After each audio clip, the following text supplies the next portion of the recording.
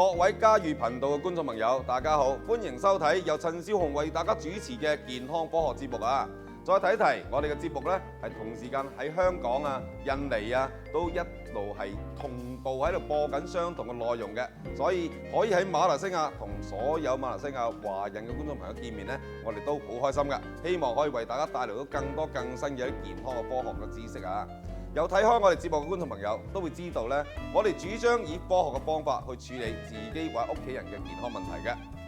我哋嘅營養學家咧，會喺世界各地唔同嘅研究所啊、大學啊、唔同嘅醫療機構咧，去為大家搜羅更多更新各式各樣唔同嘅研究成果，希望可以將呢啲新嘅科技資訊咧帶到俾所有嘅馬來西亞觀眾朋友嘅。今集會同大家探討嘅健康問題就係大家嘅心腦血管系統嘅健康問題啦。大家都知道，心腦血管可以話係我哋嘅生命之源。一旦我哋嘅心臟系統出現問題嘅話咧，情況絕對係非常危險嘅。所以為咗等大家對於自己健康有更深入嘅了解啊，我哋今日咧嘅營養學家就會為大家講解一下血壓同埋心腦血管嘅關係嘅，等大家可以知得更多嘅。事不宜遲，即刻去片。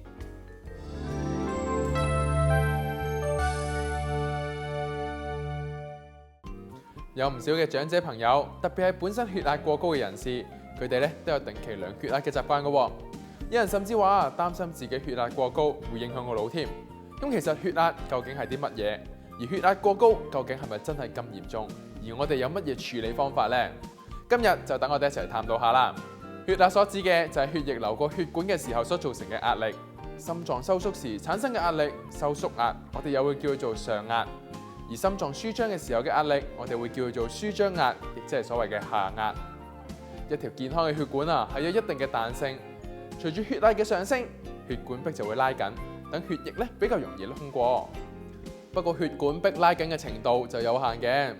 當血壓超過咗血管所能承受嘅極限之後，就會令到血管壁過分拉緊，出現破裂，形成疤痕。呢啲疤痕就會好似一個網咁，撈住血液入邊嘅膽固醇或者其他嘅血細胞，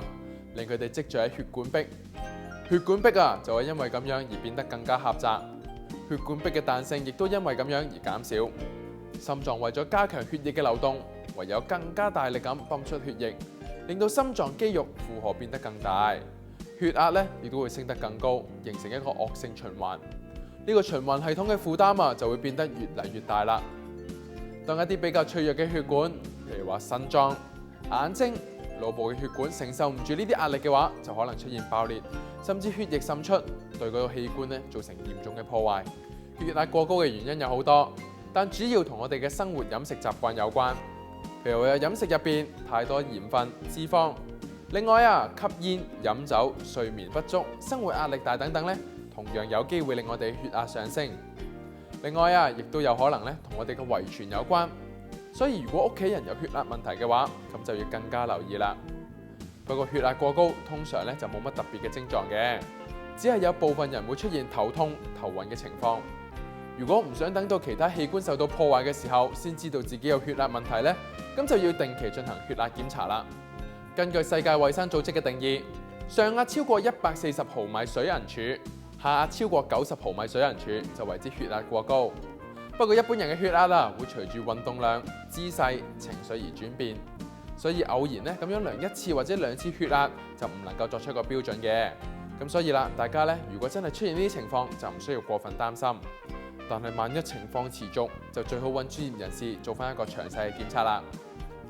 如果被診斷出血壓過高，但情況又唔太嚴重的話，可以先由一啲生活同埋飲食習慣着手，睇下過咗一排之後情況有冇改善。但如果情況唔受控制，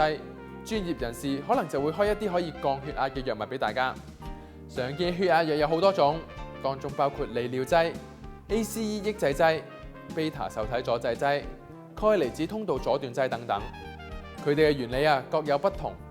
專業人士會因應各種嘅情況，建議患者服食一種或者以上嘅藥物。咁所以啦，我哋最好咧就先搞清楚自己食緊嘅藥物嘅種類，因為啊佢哋同樣都可能引發唔同嘅副作用。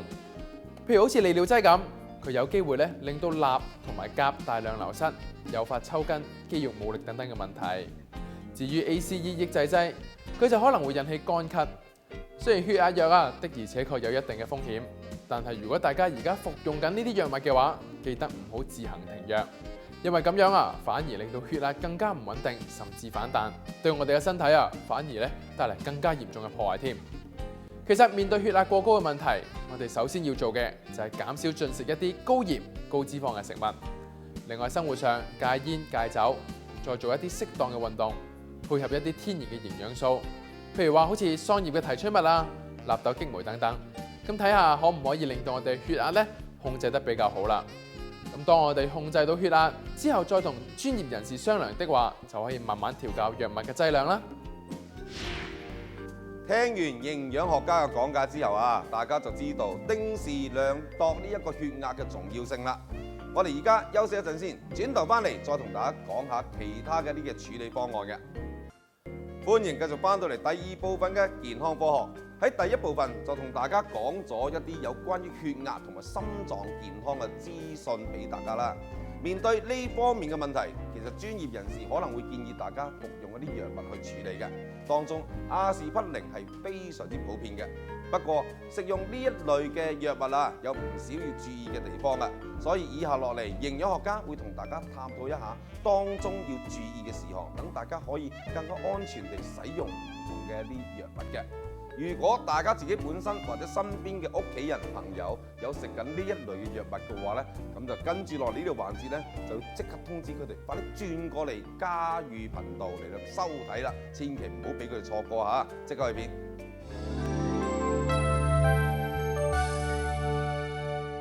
相信唔少朋友都會聽過或者試過阿士匹靈呢隻藥㗎啦。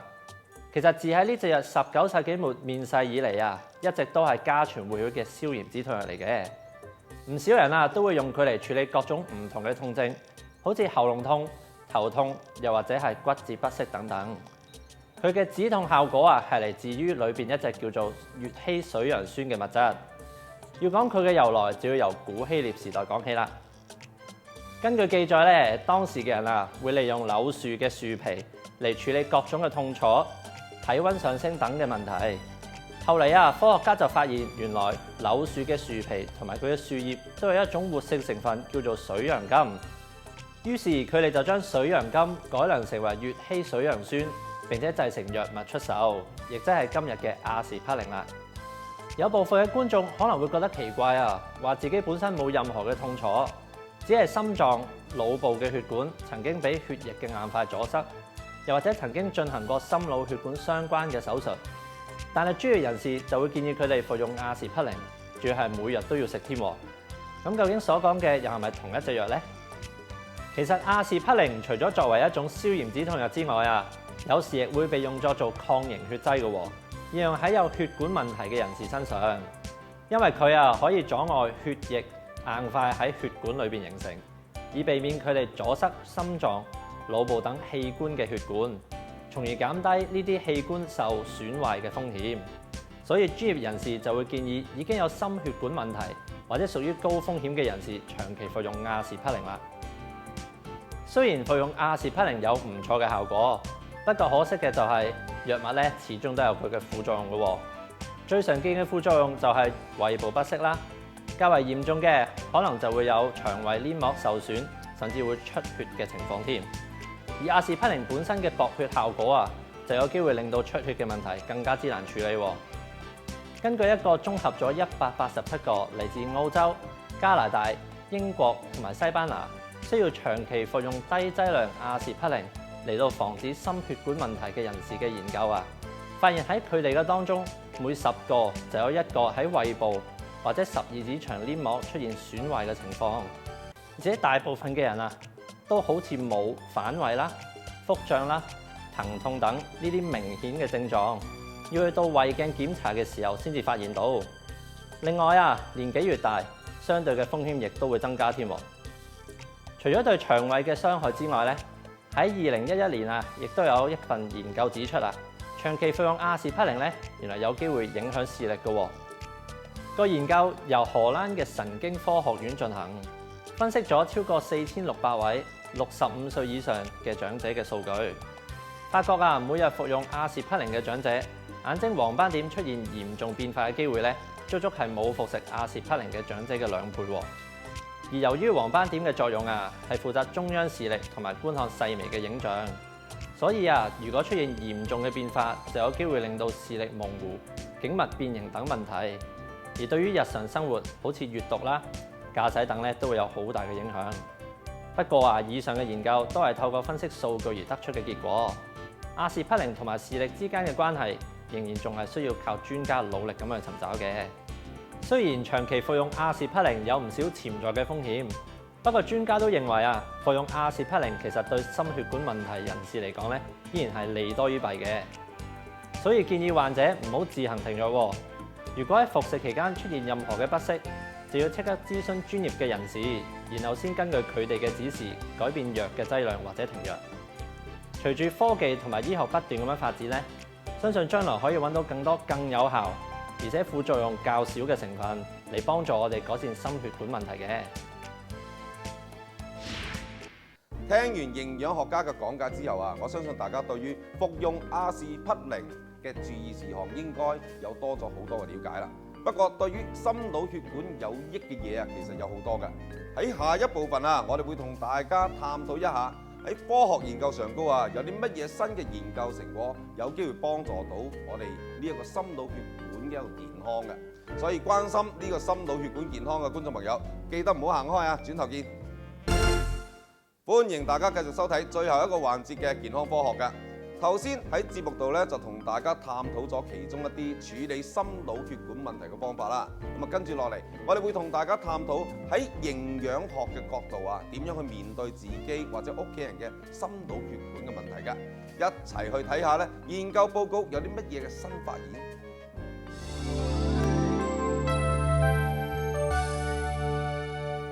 講到血壓過高呢個問題咧，相信大家或多或少對佢都會有一啲嘅認識㗎啦。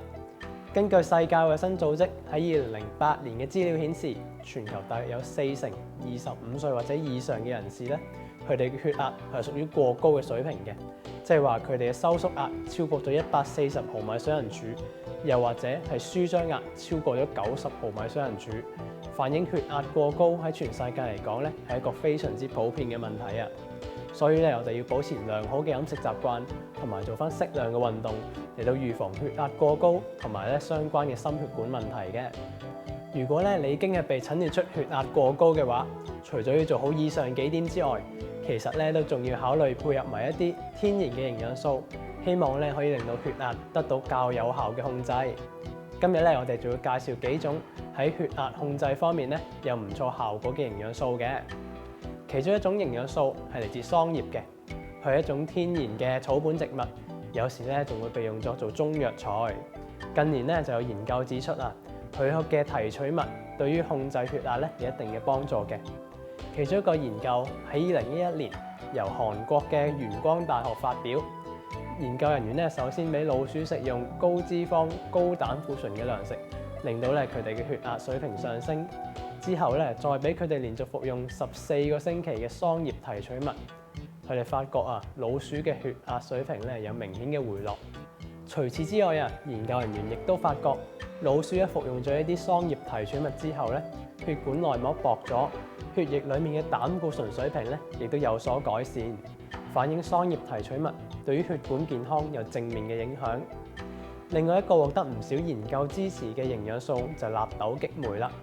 佢嚟自一種日本嘅傳統食物納豆，由煮熟咗嘅黃豆利用納豆菌發酵而成。而裡面嘅其中一種叫做納豆激酶嘅成分咧，喺保護心血管方面咧，其實都有唔少嘅功效嘅。主要係因為咧佢有助溶解血液凝結而成嘅硬塊裡面嘅纖維蛋白，令到呢啲硬塊咧冇咁容易阻塞血管，避免咗心臟腦部等等嘅器官因為血流被阻而係出現呢啲嘅缺氧嘅情況。而喺2008年嘅韓國就有科學家針對納豆激酶對於血壓嘅影響做咗個研究，佢哋揾嚟86個年齡介乎20至到80歲，平均收縮壓達到130至到159毫米水銀柱嘅人士。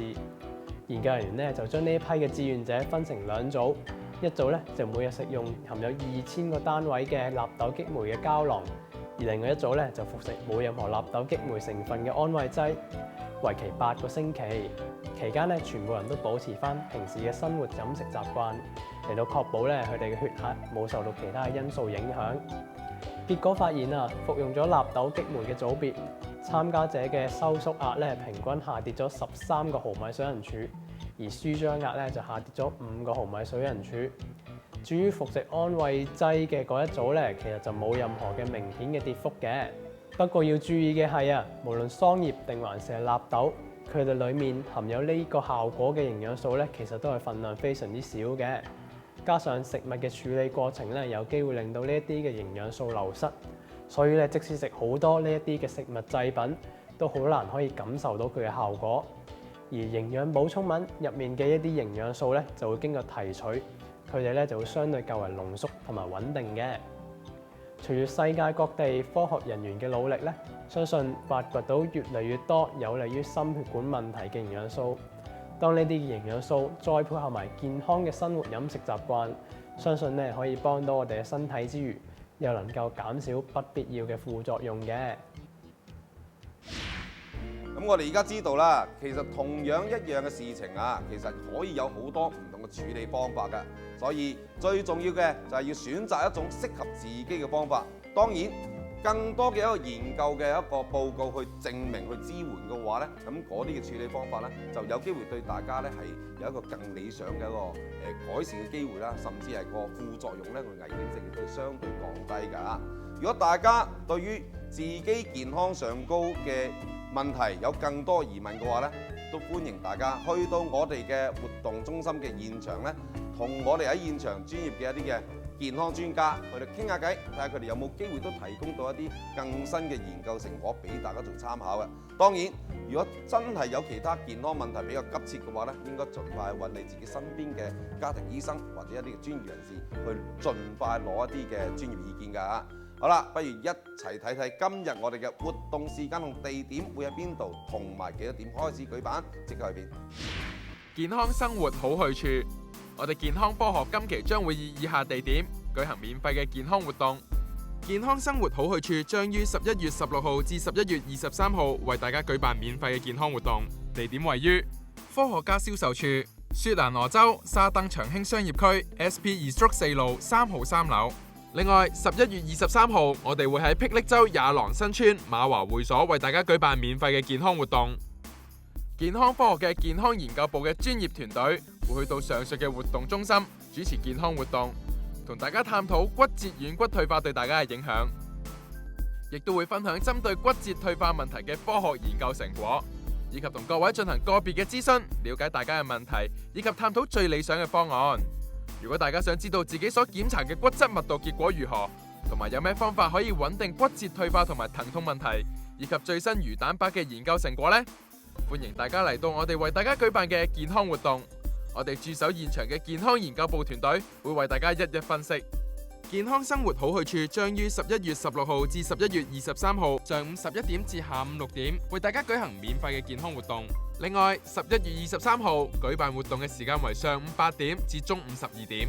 各位長者朋友，記得邀請你哋嘅子女陪同你哋參加呢個咁有意義嘅活動啦。由於名額有限，對於以上活動有興趣嘅朋友，歡迎盡快打嚟03-8945-3090 03-8945-3090查詢詳細嘅活動地點同埋報名啦。關心健康嘅觀眾朋友又點可以錯過我哋呢一個咁豐富嘅活動呢？咁啊，好歡迎觀眾朋友啊帶埋自己嘅屋企人，一家大細，如果冇特別節目安排嘅話咧，可以參加我哋呢啲咁有意義嘅活動㗎。因為香港同埋印尼都已經唔少嘅社會上高嘅觀眾朋友都一路有參與呢啲活動嘅。希望馬來西亞所有觀眾朋友都會支持我哋啲咁有益、咁有意義嘅一啲活動㗎。好啦，今集嘅節目時間又差唔多啦。如果大家都有其他唔同嘅健康上高嘅疑問啊，又想我哋健康科學節目幫大家去做更多一啲嘅研究上高嘅了解嘅話咧，不妨喺活動中心嗰度咧同我哋嘅工作人員講低。咁我希望可以透過我哋專業嘅營養研究團隊咧，喺世界其他唔同同嘅地方咧，會揾更新嘅啲研究成果，拍成我哋嘅健康科學節目，到時再話俾所有我哋馬來西亞嘅觀眾朋友知嘅。好啦，下一集嘅節目時間再同大家傾其他嘅健康話題，拜拜。